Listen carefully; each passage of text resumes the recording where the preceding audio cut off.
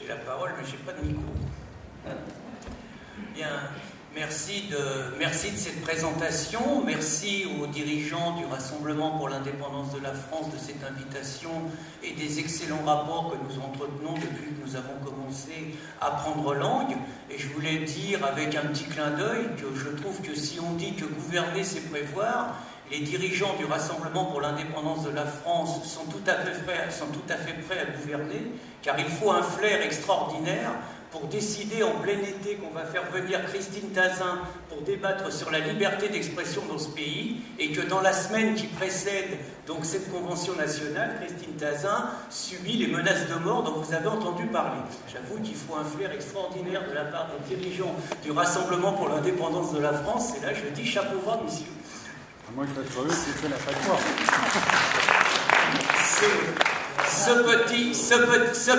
Ce petit clin d'œil commencé, avant de discuter avec les dirigeants du Rassemblement pour l'indépendance de la France, il m'est arrivé très souvent d'animer des réunions sur la laïcité devant des publics, on va dire, plutôt plus marqués à gauche au niveau des étiquettes, pour ne dire que ça. Et donc, moi qui suis considéré comme quelqu'un qui dénonce très fortement la réalité de l'offensive de l'islam, quand j'étais devant devant un public de gauche, je ne commençais jamais mes conférences sur ce thème-là. Puisque je sais pertinemment que si j'avais commencé à discuter sur la réalité de l'offensive de l'islam devant un public de gauche, immédiatement, j'aurais été regardé avec une certaine suspicion, dans le genre, bon, il est bien gentil celui-là, mais d'où il est, pour qui il rôle, ça serait pas, son discours, ça serait pas un espèce de racisme un peu déguisé, est-ce que ça serait pas un mec d'extrême droite et tout. Donc avant, je devais rassurer ce public. Pour rassurer ce public, je devais d'abord dire du mal du président de la République, Nicolas Sarkozy, sur la laïcité.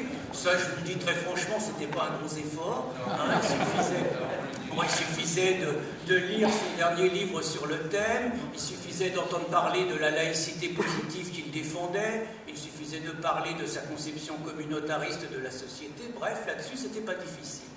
Après, il fallait quand même un petit peu taper sur les catholiques.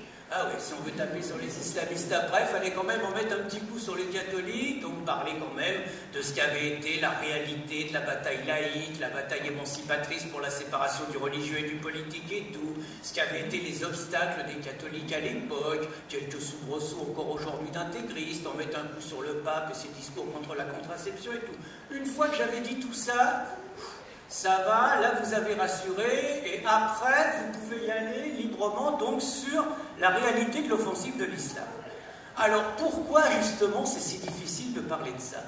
Bien, justement parce qu'il y a un ayatollah qui a pris le pouvoir en Iran en 1979 qui s'appelle l'ayatollah Khomeini. L'ayatollah Khomeini a dit deux choses intéressantes qu'il faut soulever. C'est d'abord en 1979, il a expliqué qu'il nous exporterons l'islam partout dans le monde. À noter, à ne pas oublier.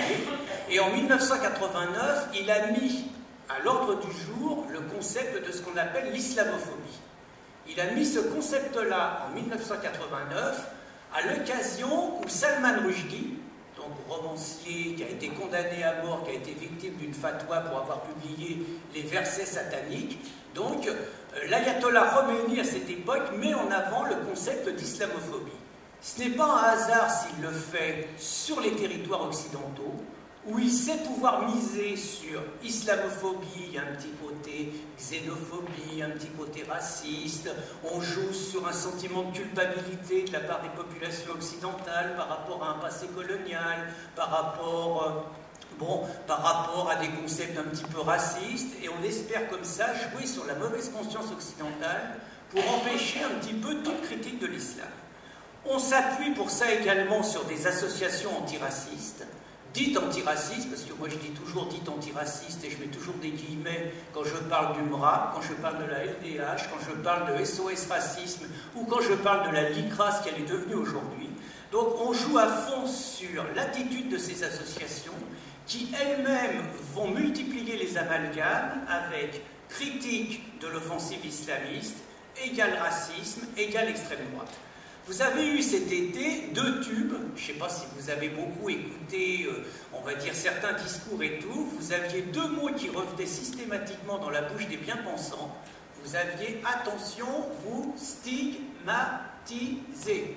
Hein, ça, on l'a entendu surtout. Dès que vous vous offusquez un petit peu de certaines réalités, vous stigmatisez. Et puis, alors, quand vous parlez par exemple, du voile intégral, que c'est quelque chose quand même qui pose un problème, alors là, c'est terrible ce que vous dites, c'est nauséeux. Donc, les 2 discours de l'été, ça a été vous stigmatiser et c'est nauséeux.